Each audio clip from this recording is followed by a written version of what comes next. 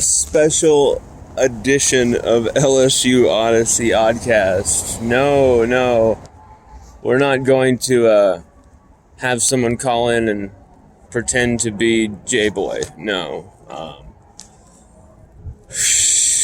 What happened last night on Coach O's radio show with Chris Blair and official LSU media was crazy. Someone very brilliantly and hilariously called in, pretending to be Jboy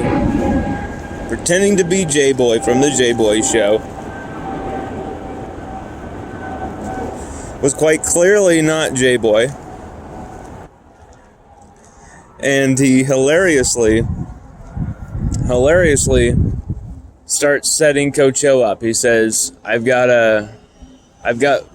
not there, but my 20-year-old sister's there. She's blonde, and her name is Bebe, and which happens to be Coach O's Cajun nickname. So Coach O goes, "Oh, I know that name. Where is she? Where is she? Is she here? Where is she? Where is she?" And the caller, claiming to be the Jboy, says, "Yeah, but please just try not to have sex with her." And immediately they go, "Oh God!" And Coach O goes, "Oh, come on, man, come on," and then says, Chris Blair tries to change it, get something else going, and Coach O says, "No, I'm going to say something." And right then I knew we were headed for trouble. He said, "There's a fishing hole in the bayou for people like you." He literally said, "There's a fishing hole in the bayou for people like you." I'm not morally outraged by Coach Ed Orgeron'S saying this fake death threat. What I am annoyed by is the fact that Coach Ed Orgeron took the bait. Coach Ed Orgeron, just like that guy outside of the UCLA game, with "We're going to take you down, Coach O," and then he's, "I'm going to kick your ass in your sissy blue shirts." Like this is 1984 and he's in a film with Jean-Claude Van Damme. And he's got to headbutt his way out of the situation or something. Like, what the hell is going on? Like, my problem is that, once again, Coach O feels like he has to go after somebody just because they're going after him. Here's the thing. I've had many people, detract LSU Odyssey, say really untrue, messed up things. Straight outright lies to try and destroy my reputation even. And I have learned over time, at my young age, to deal with it, how to write it out, maybe throw in one or two well-timed, funny comebacks, but most of the time, hardly ever give in or even respond. Don't even give it the time of day. And I hate this, that I have to make this comparison. LSU fans are going to crucify me for making this comparison, but I have to. You never see or hear Nick Saban really give in to that, to the taunting. There's some random footage that isn't too circulated where you see Saban kind of snap. But it's rare. But with Coach O, it's always in the most public place, in the most public fashion, in the most public ways, in the most public settings. And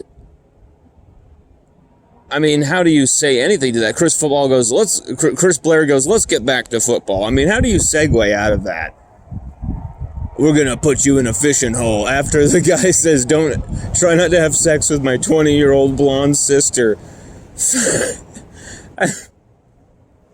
And Coach O is going, where is she? Where is she? I mean, it just looked so bad. He set Coach O up so good.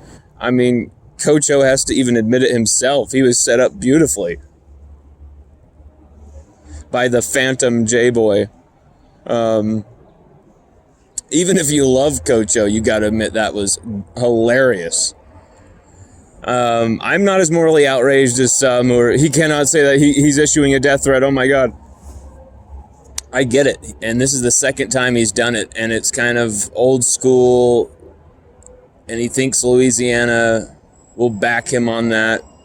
And my problem is more that he gives into the bait every time. The bait every time is put out there and he falls for it. And what is next? What will he say next? That's my problem. What is he really, like, what's going to come out of his mouth? What's someone else going to say to him? I mean, there's so many things people could really have said over 2020 involving Title 19 and things like that. And most people backed off of that. Now people are full bore saying whatever they want, and the gloves are off with the fan base especially. There's people who want him gone. And they're going to try and say whatever possible to trip him into that. Because they know it's possible. They know Coach O can talk himself out of this job. He's proving it. He'll take the bait. Just imagine if someone called in and came at his mom or something. Came at his family. Just imagine if someone called in and called him a big fat asshole, you know, like said he looks like Joe Pesci's bigger older brother, you know, like would he freak out at that? Would he say he's going to kick your ass? He's going to beat someone's head in? Like what's going on here?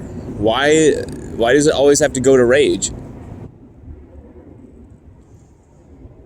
The fishing hole, you know, like that's my take.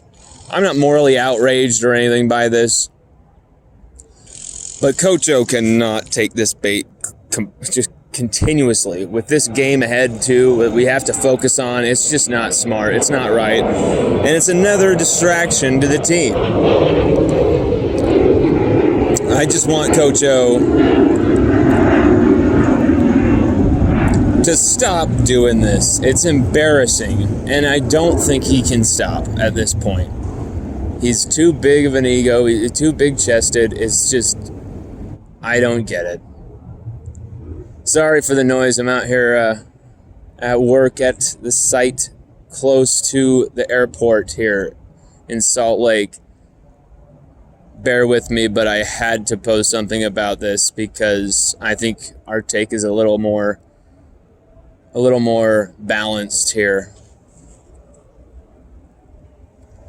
But, you know, you don't see the best of the best ever really falling into that bait. I want to see Coach O stop giving into the bait. Go Tigers.